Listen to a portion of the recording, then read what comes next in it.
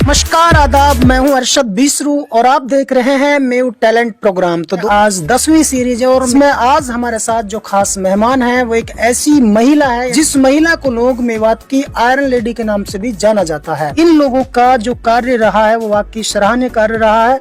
इनके कार्य की वजह से मेवात आज तक की टीम को यहाँ आना पड़ा है कि ऐसे लोगों को मेव टैलेंट प्रोग्राम के माध्यम से हम दुनिया को दिखाना चाहते हैं।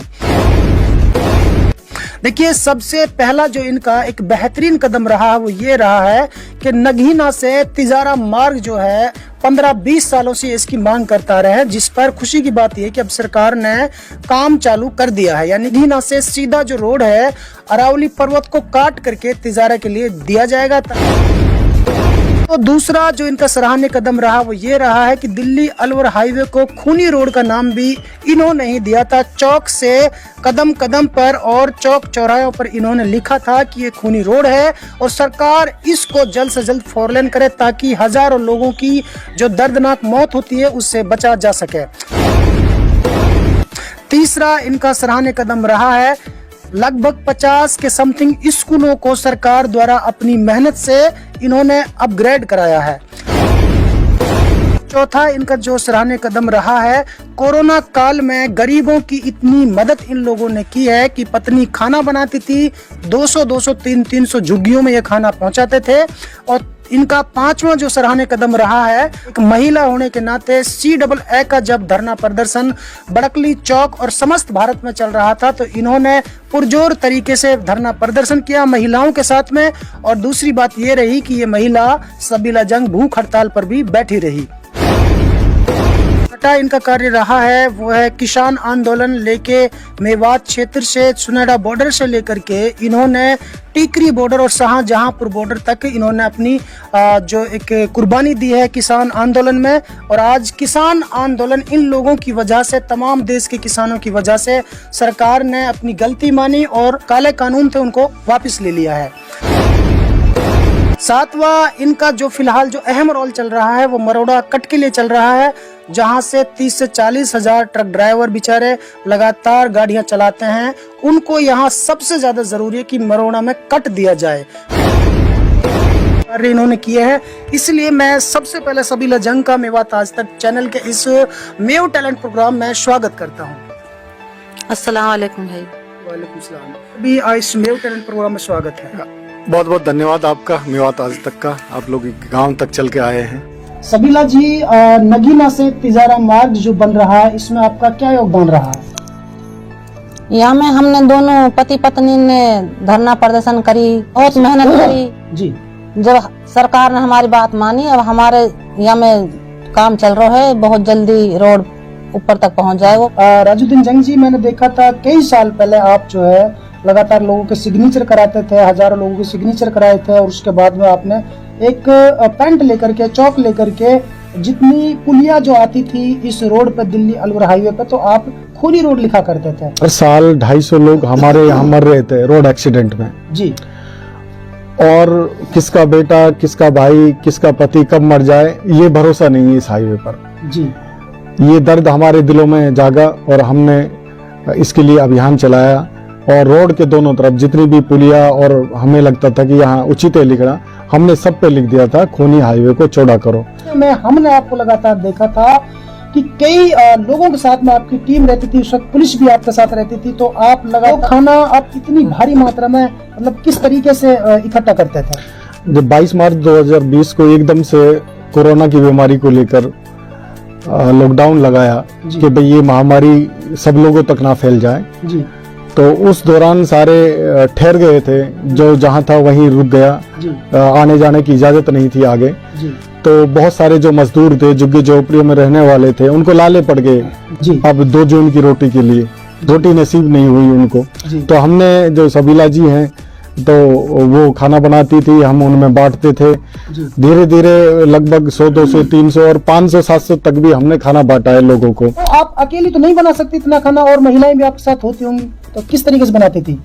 हमारी जो महिला हैं, दौरानी जिठानी, सासू वासू, सब में सबको बिठा लेती है यहाँ। जी, आस पड़ोस की तमाम हाँ, महिला अड़ोस साथ पड़ोस करती की, थी। हाँ, सबको बिठा लेती, तो वो सब मेरी मदद करती साथ में। तो वो तो कम से कम कई घंटे में खाना बनता होगा ना, ऐसी सब घनी इकट्ठी हो जावे महिला पड़े, और ऐसी बात नहीं है, जल्दी बनावे खाना। तो CAA की हम बात करते हैं, तो सबीला जी, जब CAA का धरना प्रदर्शन चल रहा था, तो उस टाइम आप भूख हड़ताल पर बैठी थी, कुछ महिलाएं भी आपके साथ में थी, तो आप पहली महिला हैं जो उस वक्त भूख हड़ताल पर बैठी थी, धरने को कवर करती थी। भाई साहब, जब आदमी में हिम्मत होनी चाहिए जी, जब हिम्मत है तो सब कुछ आसान कर देता अल्लाह पाक, अल्लाह पे भरोसा है जी। तो ये CAA से आपको क्या डर था?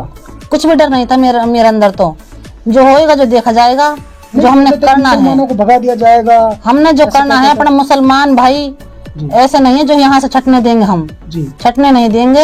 हमने अपनी धरना चालू रखी, इतने तक सब और उठ गए, हम जब भी नहीं उठे वहाँ से, जब भी अपनी भूख हड़ताल हमने चालू रखी है। लेकिन सरकार ने तो CAA का जो काला कानून, तो उसको वापस नहीं लिया अभी तक।